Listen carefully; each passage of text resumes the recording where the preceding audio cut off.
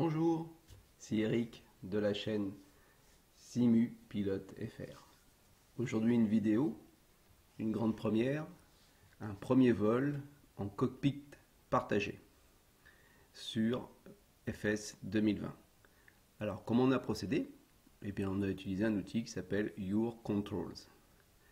Ce vol je l'ai fait avec mon ami Jacques qui était aux commandes de ce vol, et moi je faisais la nave, je réglais les radios et donc je guidais Jacques dans les caps à prendre.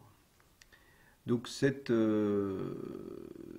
tour VFR des capitales régionales commence par la première étape qui est de relier Rouen, capitale régionale de la Normandie, à Orléans, capitale régionale du centre Val-de-Loire.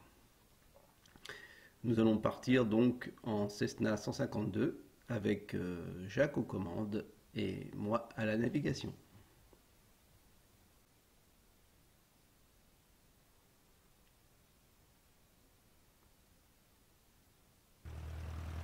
C'est parti, roulage pour la piste 04.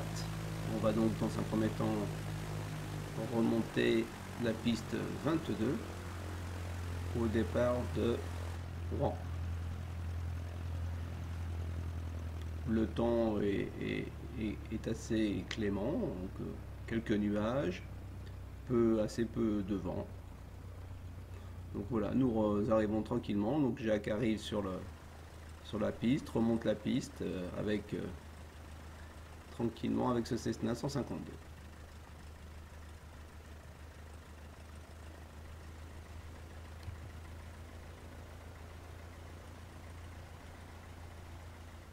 On arrive au seuil donc de la 04, on s'aligne et c'est parti, décollage. Je vous rappelle qu'on est en cockpit partagé, c'est-à-dire que c'est Jacques qui est aux commandes chez lui et moi je fais donc les navigations, mise en puissance et c'est parti.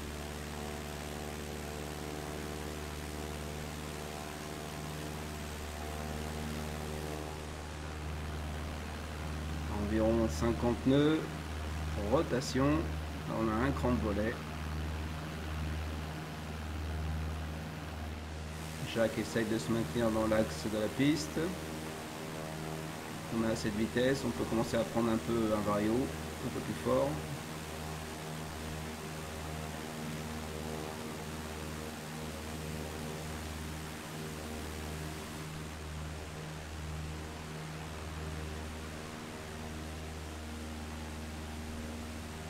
On voit donc l'aéroport de Rouen sur notre droite.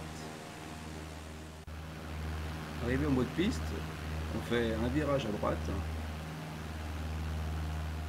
Et ce virage à droite va nous permettre de nous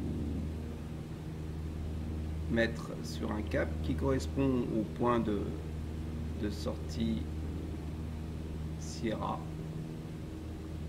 Ce point de sortie correspond à un étang qui est au niveau de Val-de-Reuil.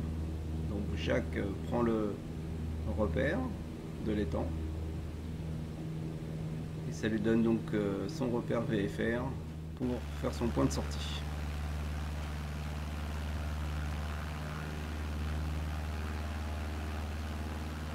Comme vous pouvez voir, on voit bien les étangs du Val-de-Reuil, on voit bien aussi les boucles, la Seine qui passe. Je dois avouer que c'est assez joli.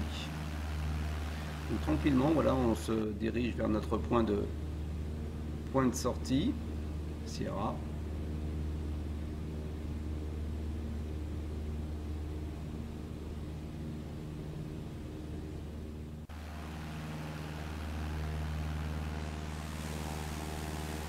Comme je vous disais, le temps est assez sympa. On a du ciel bleu, quelques nuages. Voilà, on passe tranquillement la Seine.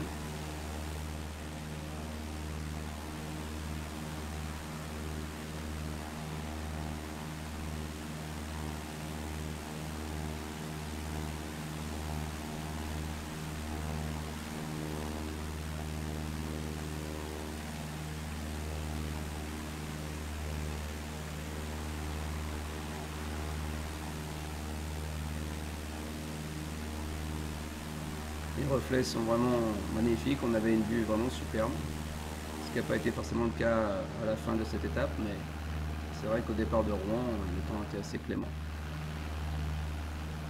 Par particularité, on est passé au-dessus d'une zone commerciale qui avait vraiment un dessin très particulier. On aurait presque dit une sorte de piste, de course. Enfin voilà. En fin de compte, c'était une zone commerciale dans la forêt. Et voilà. Donc ça fait un beau repère, hein, à côté de pas très loin de Rouen.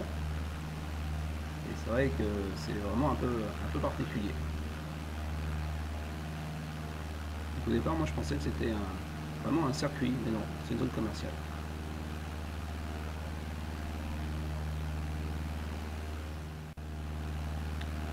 Donc tranquillement, après avoir passé cette zone commerciale, on garde maintenu notre cap et on va l'ajuster d'ailleurs, notre cap, une fois qu'on aura passé l'autoroute A13. Donc là on arrive tranquillement sur l'autoroute A13 et c'est là qu'on va pouvoir rectifier notre cap.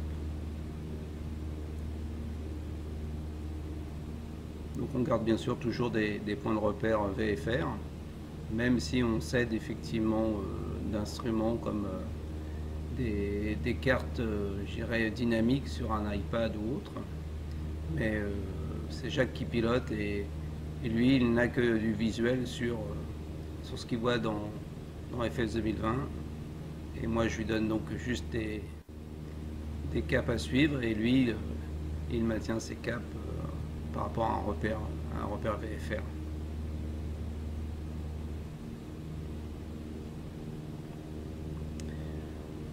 Donc après quelques minutes de vol, on arrive tranquillement mais sûrement sur l'heure. Et là donc on contourne Passy sur Eure. On évite toujours de survoler bien sûr les villes dans la mesure du possible.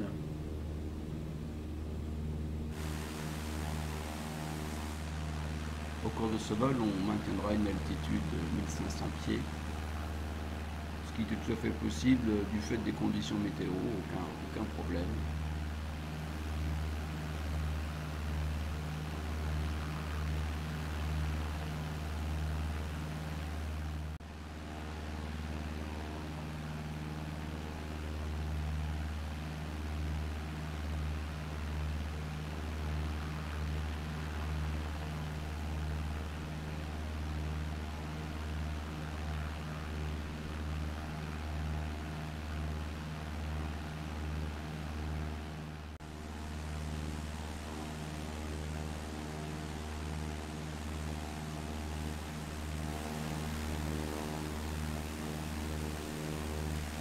Donc au niveau du régime moteur, on est environ à 2400 tours minute.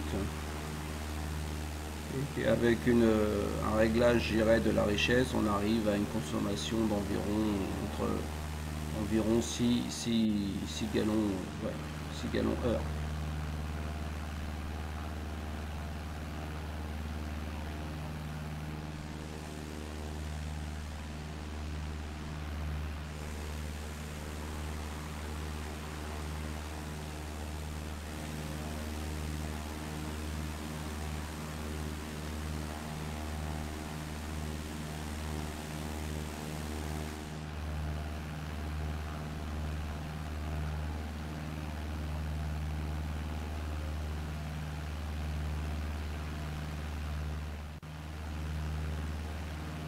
Donc là on arrive sur des étangs, hein, des étangs qui sont sur l'Eure.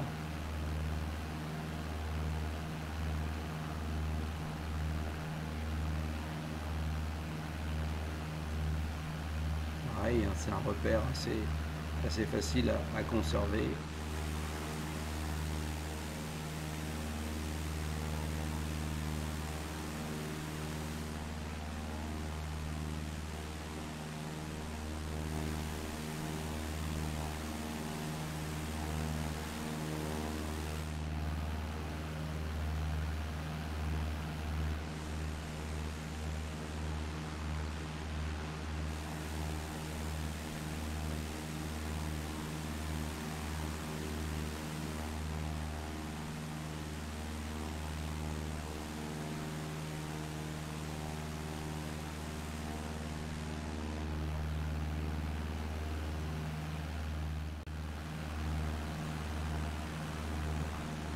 malheureusement notre route nous faisait passer à côté d'un terrain ULM. Donc l'avantage du cockpit partagé, c'est que Jacques, lui, il est en train de piloter, donc il a une vue du cockpit, et moi, je peux me mettre en vue extérieure, et vous voyez, faire défiler les vues, ou la vue, pour rechercher des points significatifs.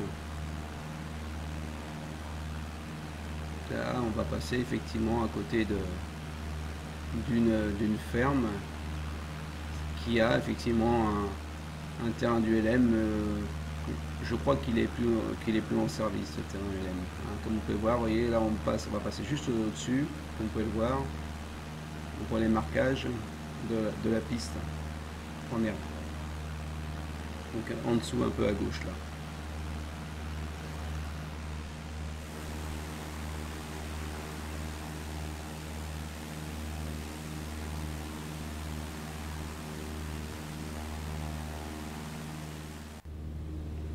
En relevé FR, on se sert de pas mal de repères, dont les champs d'éoliennes. Donc là, j'avais indiqué un cap à Jacques, et donc Jacques a pris comme repère une des éoliennes dans le champ, et ça lui a permis comme ça de maintenir facilement le cap.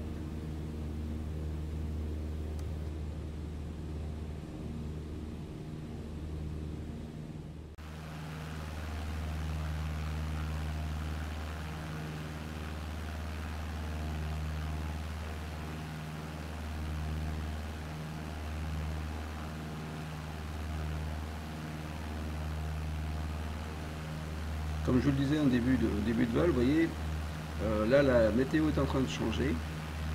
On voit au loin qu'il pleut. On voit bien là, les rideaux de pluie. On n'est plus très loin de notre arrivée, mais voilà. On ne se prendra pas la pluie, mais bon, au loin c'était assez sombre.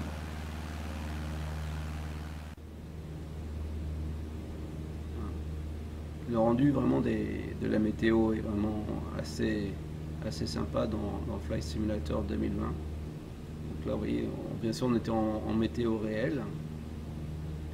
On est parti, il était environ 18h30 de Rouen.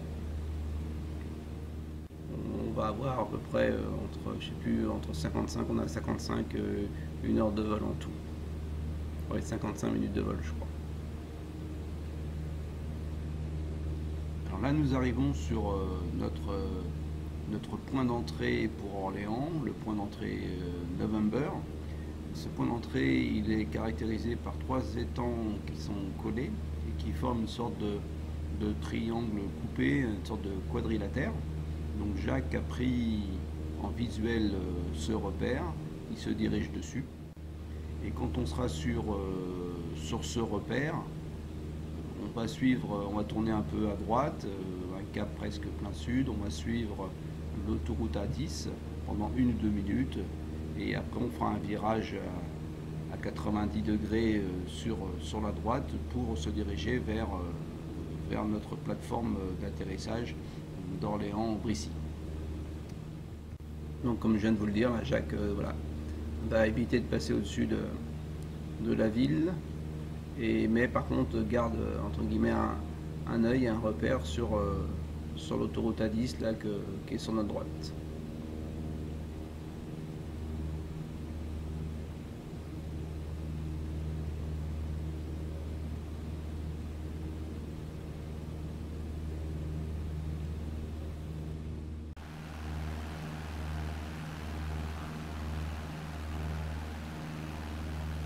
On voit dans nos 2 heures un étang qui est juste à côté de la piste, qui est sur la zone de l'aéroport d'Orléans. Donc c'est un bon repère pour nous, pour savoir quand est-ce qu'on doit virer sur la droite. Et comme on peut voir à gauche, on a toujours ce rideau de pluie là qui est au loin. Mais bon, sur notre plateforme d'arrivée, il ne pleut pas. La visie est bonne, c'est parfait. Alors Jacques met des volets pour ralentir franchement, et là c'est là qu'on s'aperçoit d'un petit problème. On était quasiment persuadé qu'on allait avoir une piste, et puis on s'aperçoit au loin que bah non, on a une grande zone verte mais on voit pas de piste.